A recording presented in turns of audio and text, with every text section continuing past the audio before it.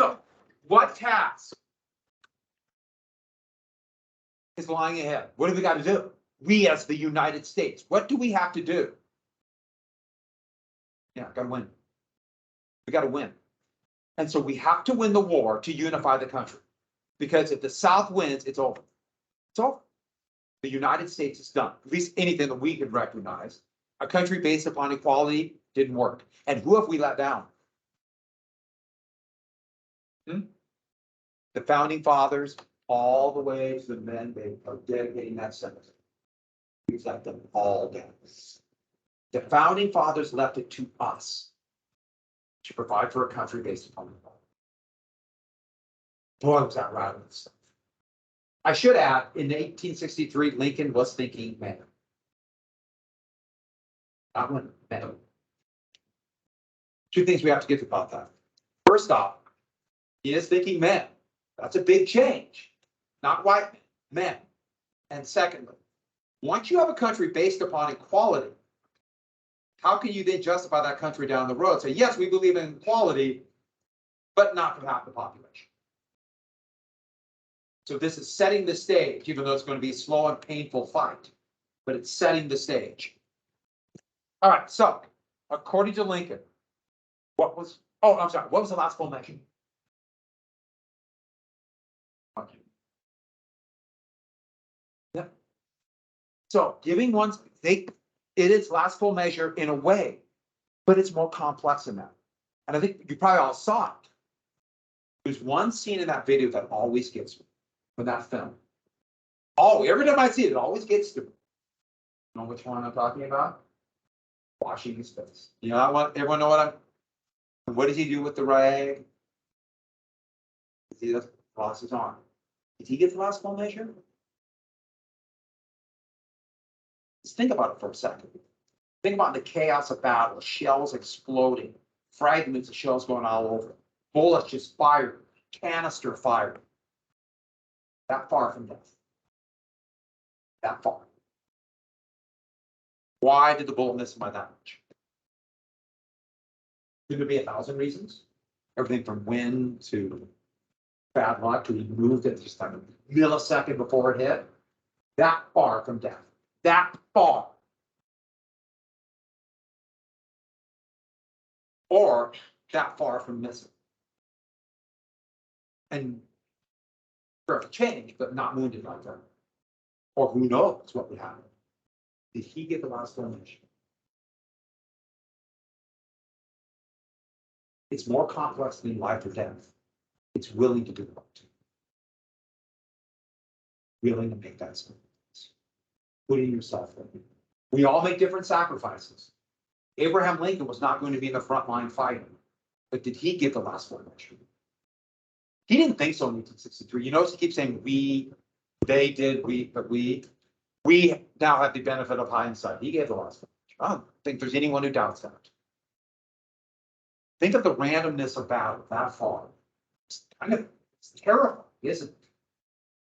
Or for that matter, missing just tiny little bits. Battle is just the randomness. You could be killed. It doesn't matter how good of a soldier or bad a soldier. Oh, what side was he on, by the way, the guy watching his hands or watching his face? What side was he on? The whole point of the reunion was to try to imply. Does it matter? Does it matter in 1913? Yes, I know there's some complexities down the road, especially towards equality by 1913, but does it matter? Which I think is a good touch. You don't know. The other scene that always gets to me is they're walking through the cemetery. That's actually not Gettysburg. They put a scene from another reunion at Arlington National Cemetery. And they're walking through, and I don't know if you noticed it, but a guy grabs a branch. And it's like he wants to have something. It's a good touch. They showed that. The cemetery at Gettysburg, they don't have tombstones. They're in the ground in a semicircle. That's how they do it. If you get a chance, and I know some of you have gone, go. So let's get to the last question. This is the meat of the question. I tried to lay it out by steps. According to Lincoln, what is the reason the United States was fighting this horrible civil war? Why is this sacrifice worth it? Remember what you put down.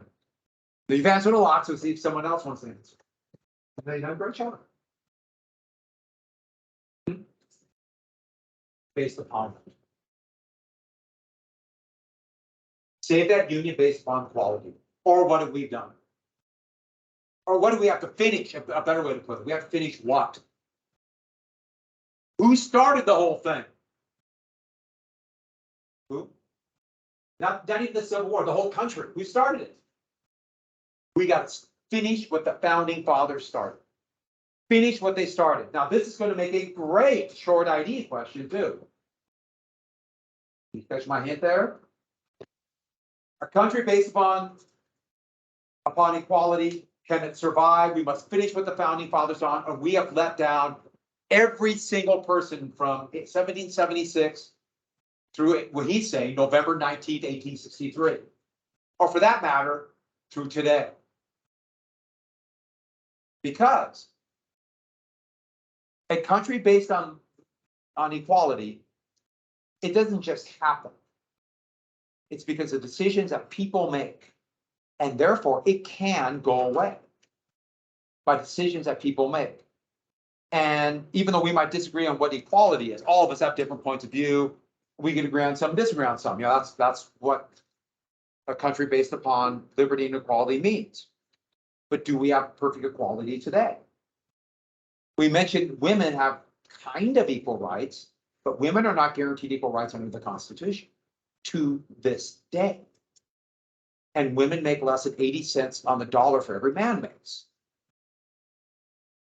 We could argue we're definitely more equal, but there are clearly holes, is my point. And if we allow that to go on, who are we letting down? All the way.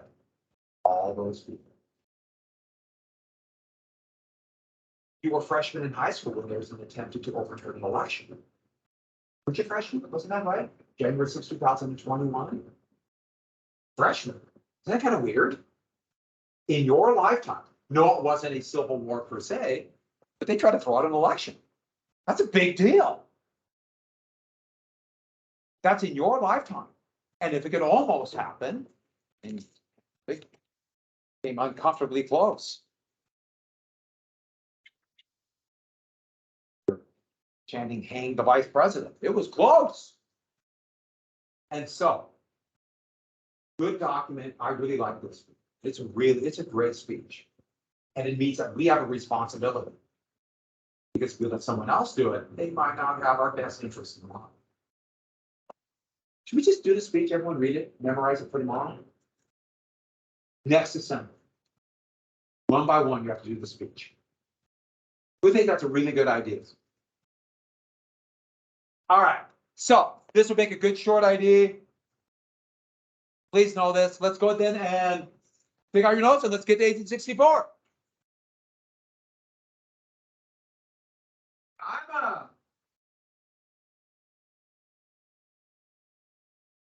We definitely have issues today. It is much closer to that potentially losing this than at any time in my lifetime. But this is going to happen in 1877. There's going to be a great upheaval all over the United States as workers fight for rights, and it'll be near Civil War. 1932, 1933, the worst winter of the Depression. It looked like it was going to be the last of the United States. It was that bad. And so we have gone through situations like this before. And of course, the Civil War. So yes, there are issues today, but remember, we've had issues before. A couple pictures I was going to show you real fast. So here's a picture I took of Stonewall Jackson's grave. And to this day, it's filled with Confederate battle flags. They become a symbol of the lost cause. And yes, there's a grave for his arm. They buried it, put a tombstone up. That's what it looked like in 1864. And right by the wilderness, a couple other pictures. Remember that thing I told you about the Minnesota 1st Regiment, and they mentioned in the video 80% were lost? That's the great monument for that, a bayonet charge. So Minnesota put that up, and most of them, I'd say half of the monuments are kind of gaudy, you know, over the top. That's a really good. That's one, especially if you know what happened. Well, they have a little plaque there, but you know, not everyone reads that. It's really good. Here's Gouverneur Warren, P. Warren, who ordered the men up Little Round Top. And that's the statue that was taken. That was a really hot day. In fact, it was on this statue in 1997. I made a little boy cry. And so let's move to the next one. I was getting annoyed at all the tourists being, as I thought, disrespectful. There were people everywhere, and it was a hot day, and I was getting annoyed. And there was a little boy with a mother, I assume, standing on the ground taking pictures of this. And the boy was on the shoulders of this. And I was walking through, and you know, there were people all over, and I kind of came walking in, and I said very politely to the mother, I said, maybe he shouldn't be on the statue, because you're not supposed to do that kind of thing. And that does show a lot of disrespect. Maybe he shouldn't be on the statue. And, huh? Yeah. Or any of these things, but yeah. And she looked at me and she did this. Yeah, she kind of like this. And that really annoyed me at that moment. I had enough of people. I've been around people. They're the worst, aren't they? So I simply said, not quite as calmly, get the hell out of that statue, off that statue. And the kids up there looked at me and go, ah, starts crying. And so that's why I made a little boy cry. The person I assume was her mother was going to say something, and I said, show some respect. And that was in, I felt something on my arm, and it was my wife who guided me away. And that's how I made a little boy cry. So I was mostly in the right. Would you agree? And now that little boy is sitting there plotting my end.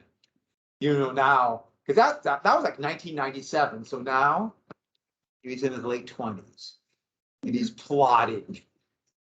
So one more thing. Here's the statue of my great-great-great-grandfather's regiment on Culp's Hill. Really hard fighting here. They beat back two rebel assaults. And somebody asked first period, well, is that really you? Did you take that? I said, well, I got to show the next picture.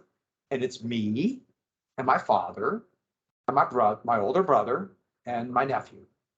So right there. That's me. My dad, my brother, my nephew, who was a freshman or sophomore in high school. He's a Celtic fan. I don't. He's now a senior at Ohio State, so time does move on. But yeah, that was a good trip. All right. So I actually have there's actually some photographic evidence of me before. There's no photographic evidence of me as a child, but there's photographic evidence of me as an adult. So with that, here is the blue is what 1864. That's basically what the Union held. Not this wide along the Mississippi. It's basically just a river, but still they held this in a few towns. The Confederacy had split in two, but they're still holding out. The Confederacy and their president, Jefferson Davis, that's their goal then. Hold out to the northern election. The United States is going to have an election. I should add, so we'll make this clear, the states under Confederate control are not voting in this election. So it's a weird aberration. Hold out, hold out. But as it turned out, Jefferson Davis, whoever thought would be a great president, because of his experience, was a horrible president. He was dictatorial, overbearing, refused to compromise. You have to persuade people to come to your side.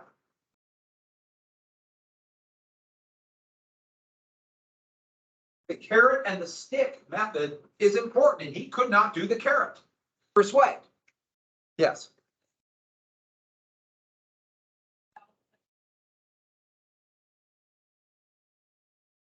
Two countries. Yeah, they're open for two countries. If the Democrat won. And probably would have happened if Lincoln would have lost it. And the U.S. as we know it. Whereas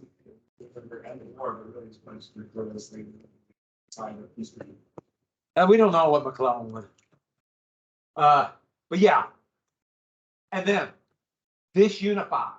The South was very disunified. states' rights, and we'll come back to McClellan's, remember that. Disunified. If you have a society based upon states, I know everyone knew that meant slavery, but now, like North Carolina, like, we're not going to follow you. We'll do what we want. North Carolina was infamous for not sending a lot of regiments. Same with Georgia. In fact, the vice president of the Confederacy, Alexander Stephens, never left Georgia. And so they had real problems, and I'll show you a couple more down the road, and massive inflation. They had no effective tax system. The states basically would not tax and give money to the central government in Richmond. If you can't tax, you can't back up your currency. Currency does not have value unless you have the power to tax, and therefore control the money supply. And so they just had to print these worthless Confederate currency. And so inflation was running at 100% every week or so by the end of 1864. Money became worthless. And so the economic system, the financial system was broken down, and no one could plan for the future. I mean, they're barely holding out, but they're holding out. In the North, Lincoln and the Republicans, they are the majority, but the Democratic Party is still huge in the North. And there would be three major successes for laws. The Homestead and Morrill Act, both of them dealing with Western expansion. The Homestead Act, I'll talk about this more, but giving a small plot of land to homesteaders that they could own in 20 years. I'll give you more details about this. Yes, land taken away from American Indians. The Morrill Act would set up, they literally called them land grant colleges. So money from the sale of government land would go to colleges. They had to have an agricultural emphasis, at least an agricultural school. Makes sense, land grant. And this would be set up in every state. Most states then will have a land grant college. Does anybody know the land grant college in the state of Montana? Montana State.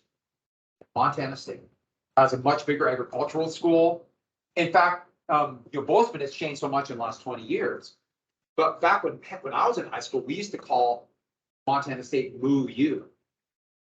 Because it seems so weird today, but yeah, that's what it was then. But usually if it says state university, like everything from Arizona State to Michigan State to Mississippi State, those are the land grant colleges. Wyoming only has one major university. University of Wyoming is the land grant college there too. And so, big deal. The other one is the Transcontinental Railroad, to fund a Transcontinental Railroad. We'll go into more detail about this. These couldn't pass with Southern Democrats, but they're gone now, so they pass. So this is that little bit of old Whig policy, but also free soil Democrats. Remember, the Republican Party is this amalgamation of those two. There's also massive debt. But the U.S. does have a tax system. They can pay back that debt. But they have to win. And therefore, they have the same problem as in the North, as in the South. There's inflation. And think about in the North. The federal government is buying up all the horses, all the cattle or hogs for food, all the cloth. And that means prices for people back home are going up. There's always inflation in war. Prices are going to double in the United States in the last year of World War I, for example. And so inflation and war go hand in hand. Part of what's causing the inflation today is the war in Ukraine. Russia invading led to higher prices for food all around the world and higher prices for oil. The inflation we have now is worldwide. Prices are going up all over the world. It's a supply issue, monopolies, yeah. So to deal with this, and also the shortage of funds, Congress has passed a legal tender act. And it's not quite like money today, but they called this new currency greenbacks. Green dye to differentiate it from other money.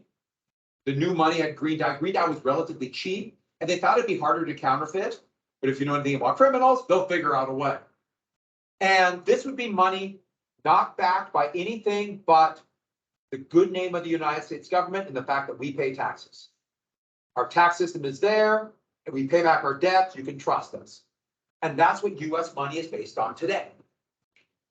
And there's almost immediately counterfeiting. It's kind of amazing. Right after this was passed, they had to create a federal police service to deal with counterfeiters. Anybody know? The Secret Service. So you think about the Secret Service protecting like presidents or elected officials.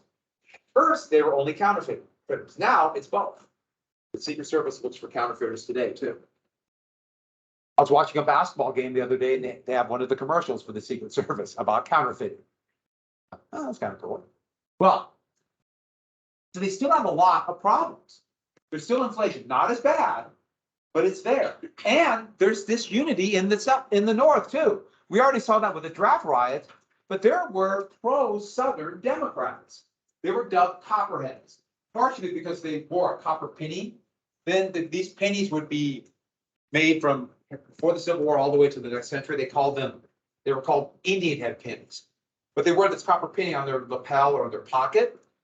But Republicans called them Copperheads because they're snakes. You know, they're traitorous snakes. The most famous would be Clement Vallandigham. He was a congressman from Ohio. He actually was so atrocious to Lincoln that Lincoln, under his powers to stop a rebellion, would exile him to the South. And at first the South was like, "Ah, look at us, we're breaking up the Union." Well, they didn't like Vallandigham either. He was really annoying. So the South kind of exiled him to Canada.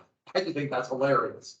And then Vallandigham was just sitting in Canada, and the end of 1864, he just kind of came back to Ohio. So not much happened to Vallandigham, but it showed you this unity. This cartoon, it says running the machine. This is attacking Lincoln for just printing greenbacks, implying this would cause inflation. It doesn't quite work that way, but it's implying he's going to debase the currency, and there's Lincoln laughing about it. More complex, we can't go into details, but that's the situation right there. So in 1864, finally, Lincoln chose Ulysses S. Grant to be the overall commander of all forces. After Missionary Ridge and Lookout Mountain, in fact, Lincoln and him would meet for the first time in March of 1864. So Lincoln had defended him when all those who wanted him fired, said he was a drunkard, but they finally met then. And they both knew the task in front of them is going to be daunting.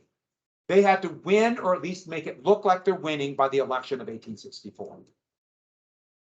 If it looks like the North is going to lose, a Democrat could win, and therefore the war's Confederacy. So the South just had to hold out. It's all about this. That's why losing those 28,000 men at Gettysburg for nothing, as it turned out, so awful for the Confederacy. How do you make up those losses if your best soldiers and those who survive are never going to be the same? So I like this picture for a lot of reasons. This is a photo of Grant getting his photo taken. And they had this platform where they would try to, and it's basically like it's a compass, and they have all the angles of a circle. So you get arcs of a circle so you can get the shoulders squared. And what is this for? Say it again. Straight and not shaking. Because the exposure times were so long that they shake over the way. I love that picture. It's really cool. Grant was not that big. He looks very big and burly, but he wasn't. In fact, they always say he was kind of almost awkward walking, but graceful on the horse. Different era. His name actually was not Ulysses S. Grant. That's not his name. His given name. It was Hiram Ulysses Grant. But when he went to West Point, big deal to get him into West Point because his father held a little tannery shop, or bridal shop. He couldn't afford to go to college. It was so expensive. And it was a big deal. So when they were signing his mustering form, saying he's in the Army, the officer, for some reason, heard Ulysses S. Grant, and that's what he wrote down. And Grant, who never really liked the name Hiram, took it. But he might have liked Ulysses S. Grant. You think U.S. Grant. And they had chests. Every West Point cadet has a chest. They have to put all their gear in the chest. They inspect it. It's a big deal. And they would carve their initials in the wood door, the wood lid. And USG looked pretty good. Think about the other name, Hiram Ulysses Grant. He didn't want to. Yeah, so he stuck with it. That's where you get U.S. Grant. He's going to be the first of two presidents that their middle name then will be just simply the letter S. Anyone know the other?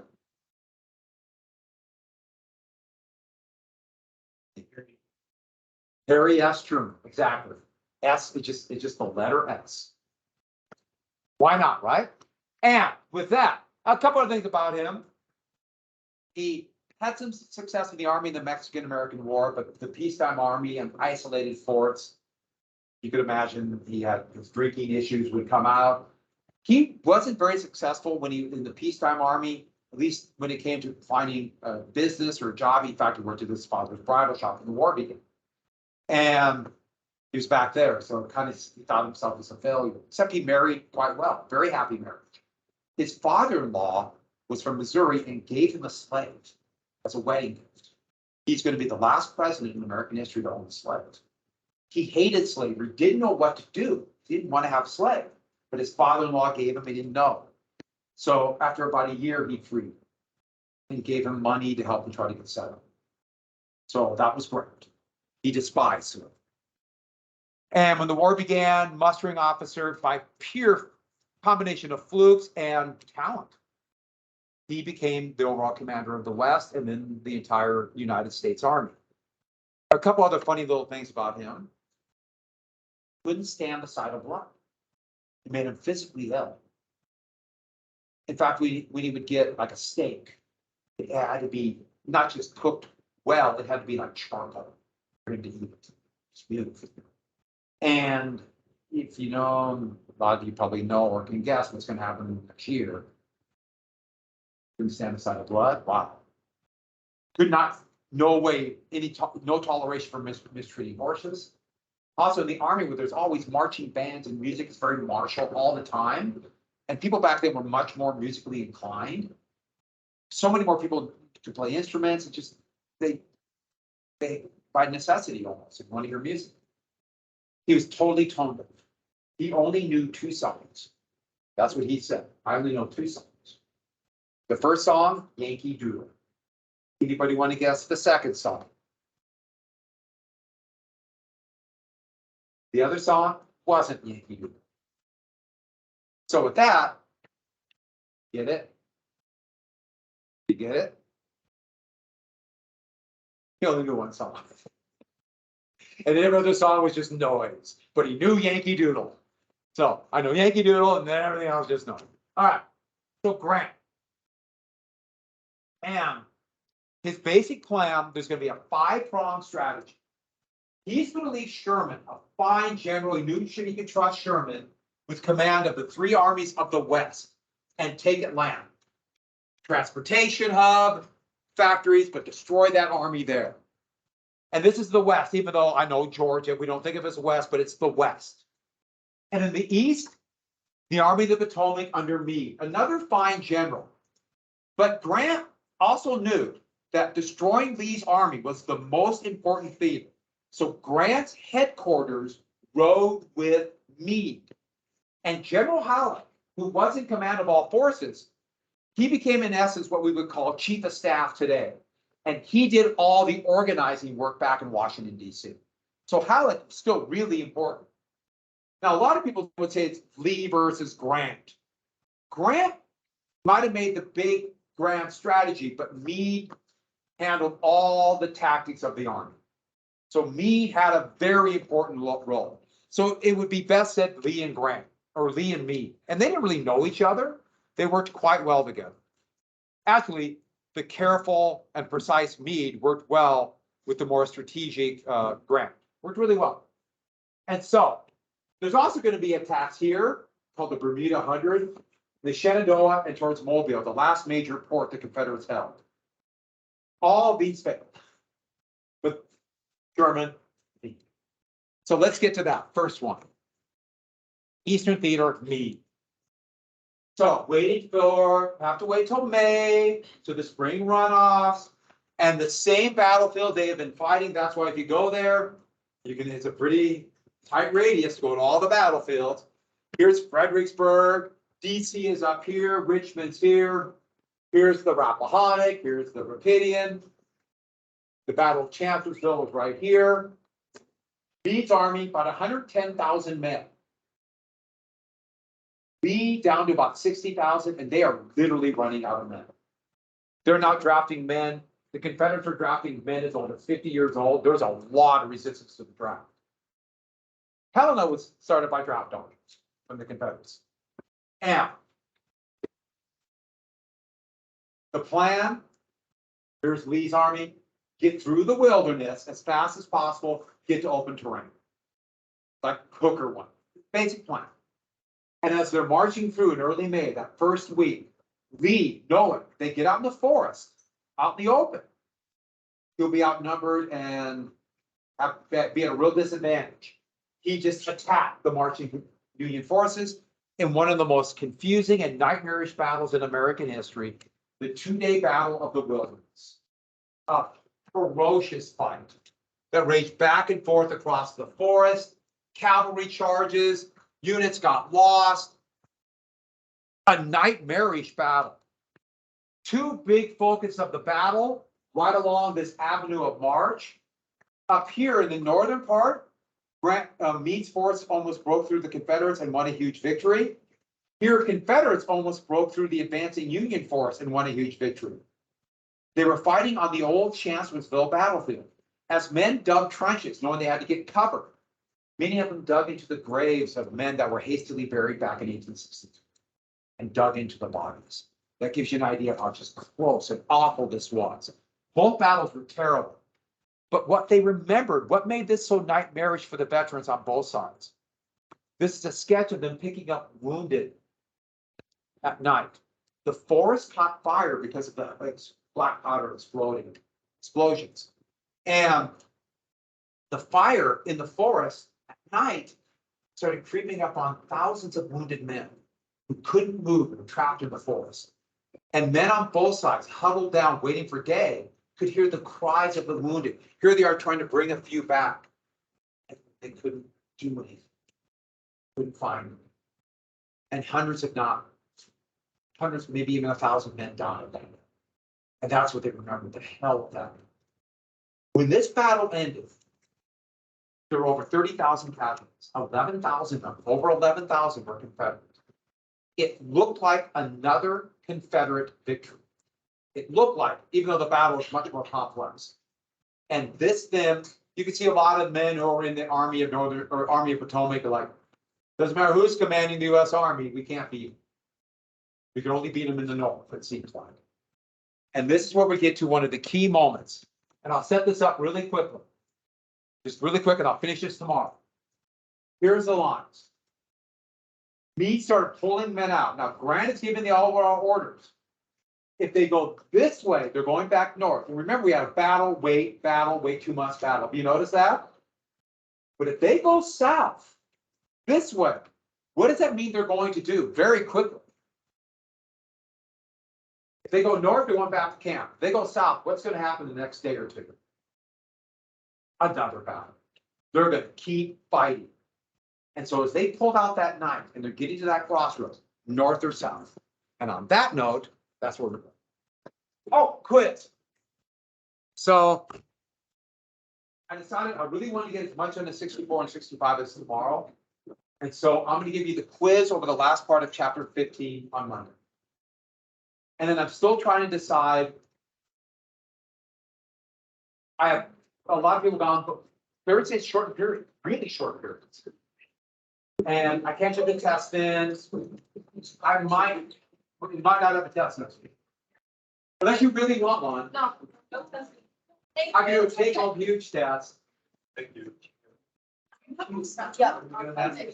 Okay. Monday. You cannot forget. Because I will. It's okay. What's the- Yes. Yeah, no problem. That's no question. Sit flat out. So you have any questions? Thank you. Girl. Goodbye, everybody. You remember any of it? Seriously. 4 years ago. It's not. And it's always that big. I had to do it too. I like to teach. Have a good day. And I'm hungry. Thank you.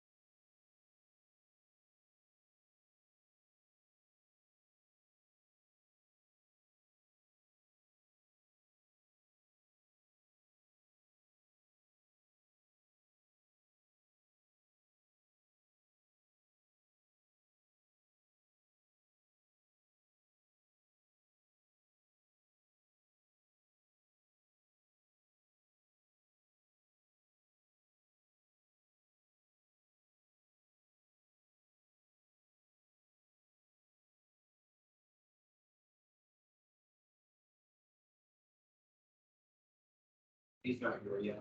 Okay. I thought I saw him walking back. I never know where he is. Kind of, He's always gone.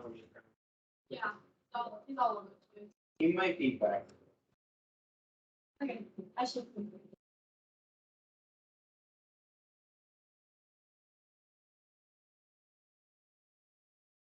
I don't know if he has. Right.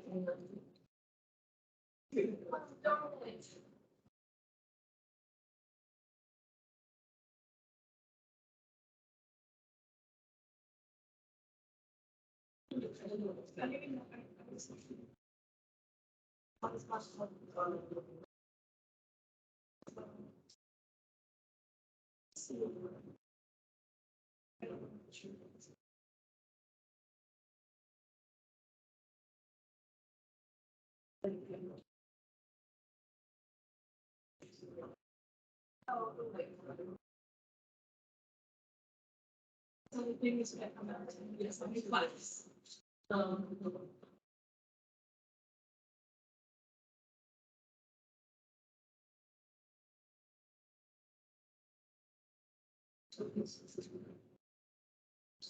That's what I'm trying.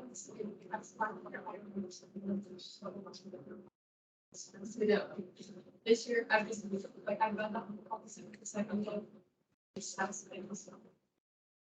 Yeah, you know, I can see my.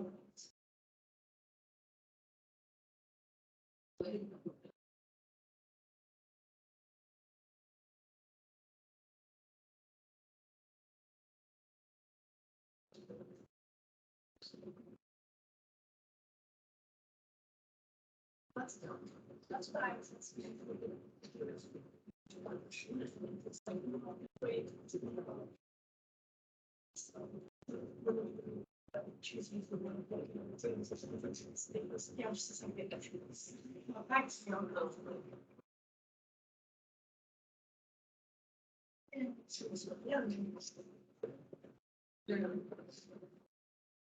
Oh, great. No break for me. So you want the test on the dark ages? Is that what we said? Yes.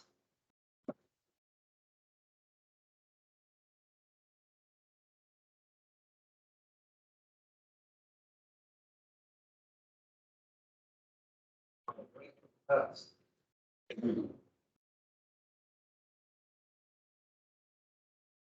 I had the test right here.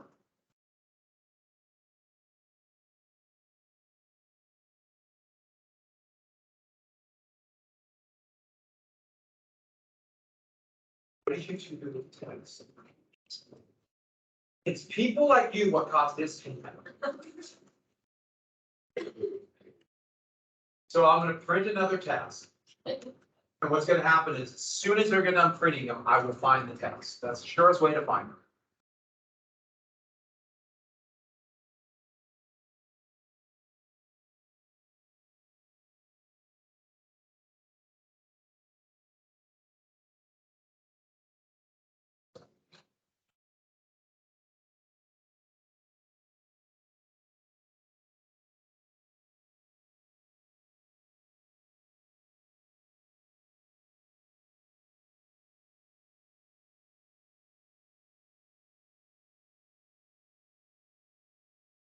That's insane.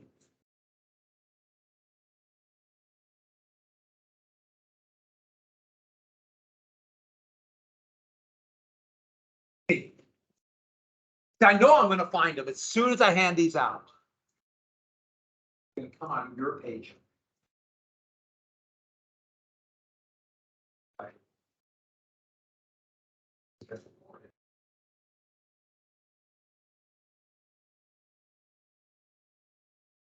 Josh, we have a test today.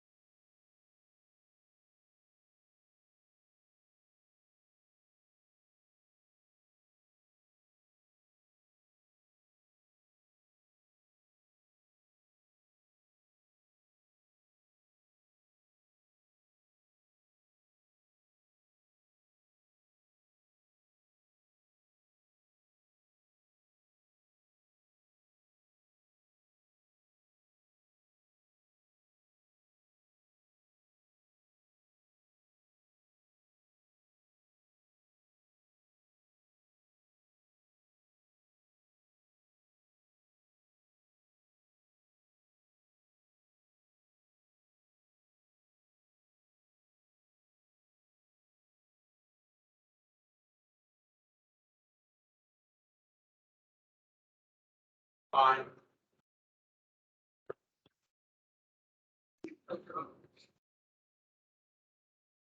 And, oh, fine, good.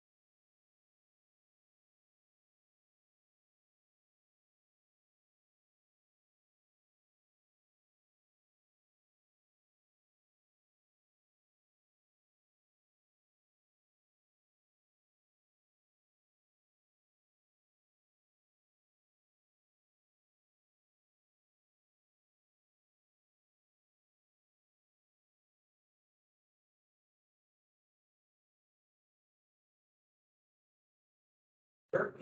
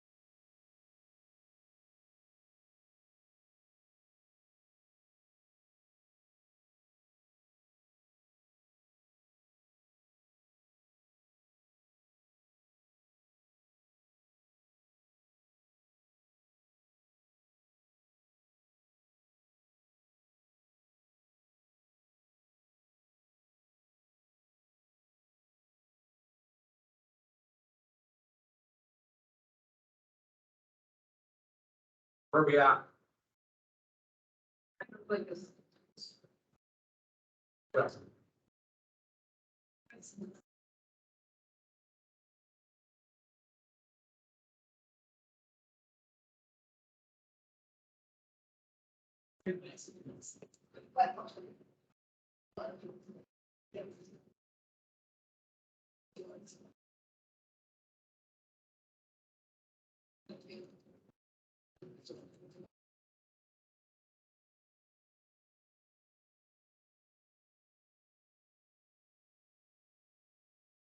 You're so excited for your test.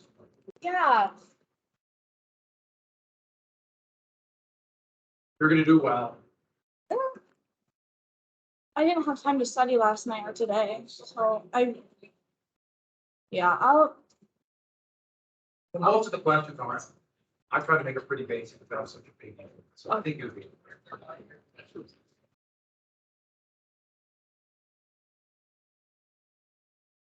For what? You want me to grade these? Yeah. What?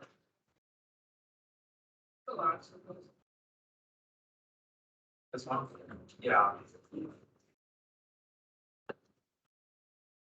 I'll talk about it there, give you a grade. Okay, yeah. It wasn't that. Got it done? Awesome, I will see you at 6. Oh, you stapled it. Some people didn't staple. It was right behind.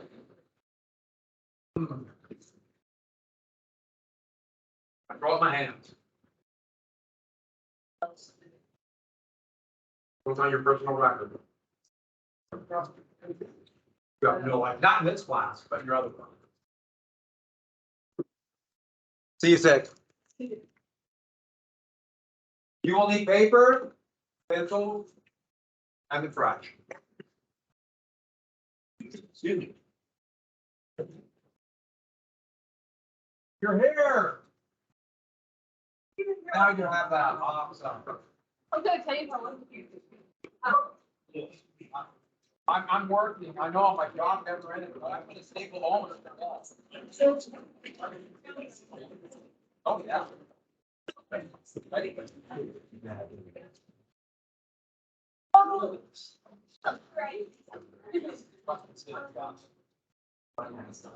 On the Dark Ages and the Crusades. Where for you? So it's. I thought you was out. No, that's yeah. I know, I saw that.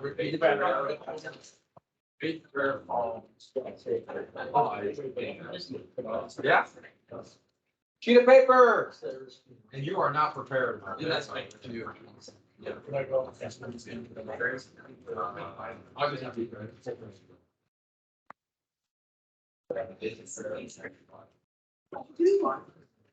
So I have a photo one for sign. And we don't even do anything in this class. Each one says, see this class and then.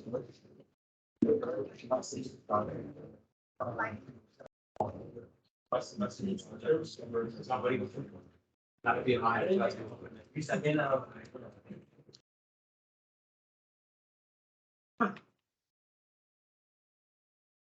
I have the test. As luck would have it, it's done. Okay, does anybody have those last couple worksheets? Liam, anyone that didn't hand in, I'll take them right now. You need paper. Yeah, 4 short IDs, so probably 1 sheet ought to be enough. Please do your matching on right here. Please, all caps, and I'm looking at you, Paul. All caps. Yes. Only the back. I want nothing on the front.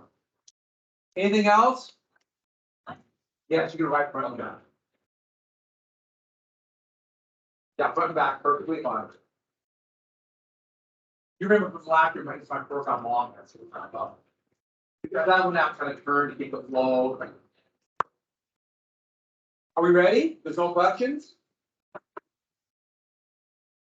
I don't like to brag, but I got 100% on it. Let's put your name. What are you writing? Huh?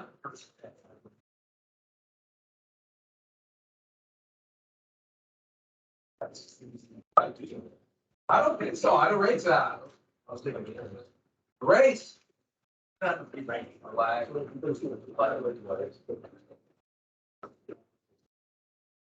yeah. Well, I know.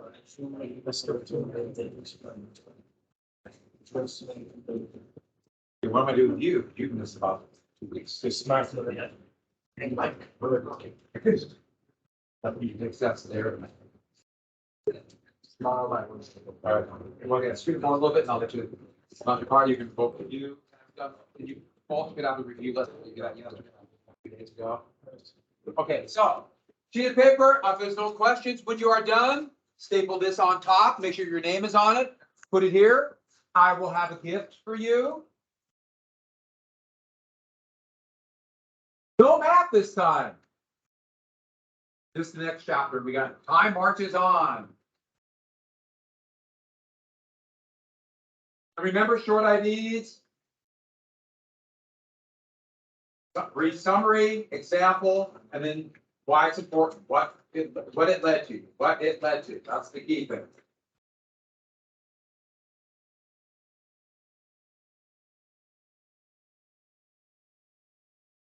There might not be a map next week. No, I'll get them. You gotta reply it by the time of map.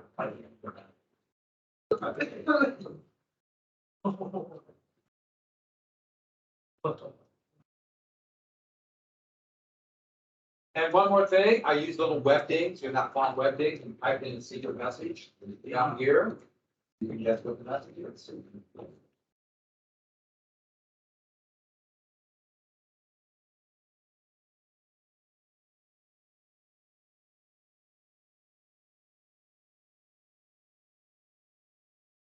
Let's see.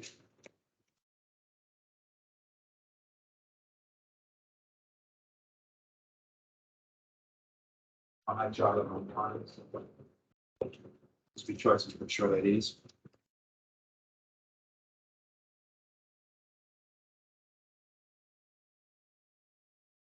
Pretty something.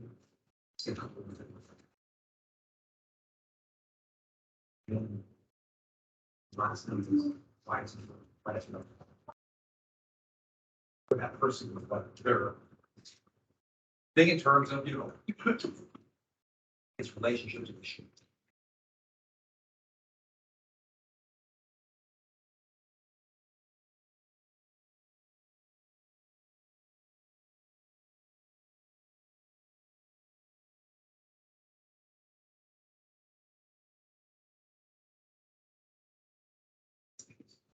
Oh, wait a second. You were gone yesterday too, weren't you?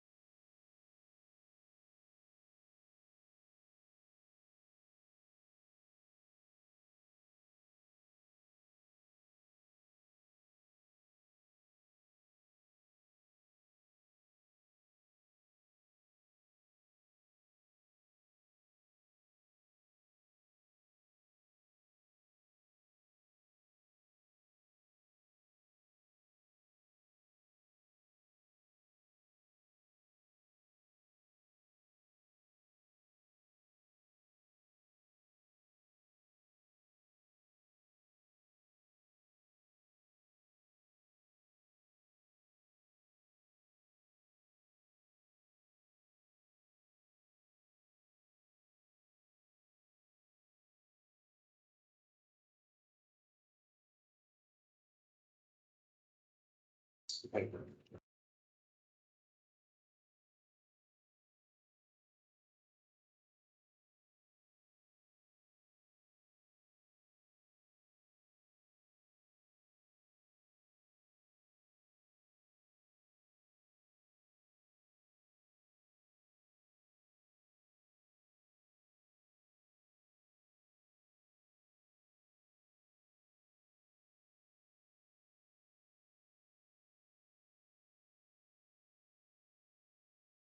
Oh, yeah.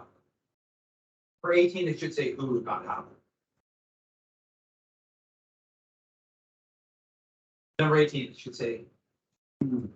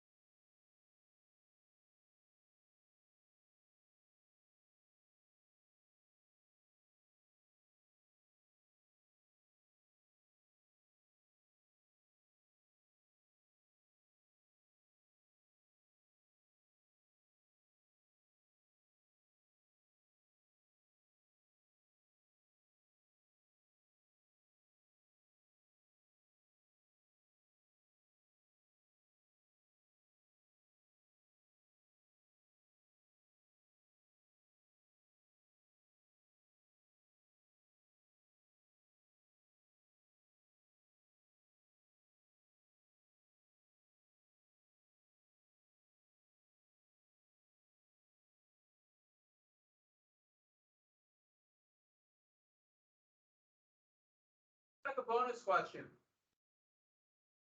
Put it by your name on the match sheet with the matching. Put it by your name. What is the name of that tapestry that showed the Battle of Hastings?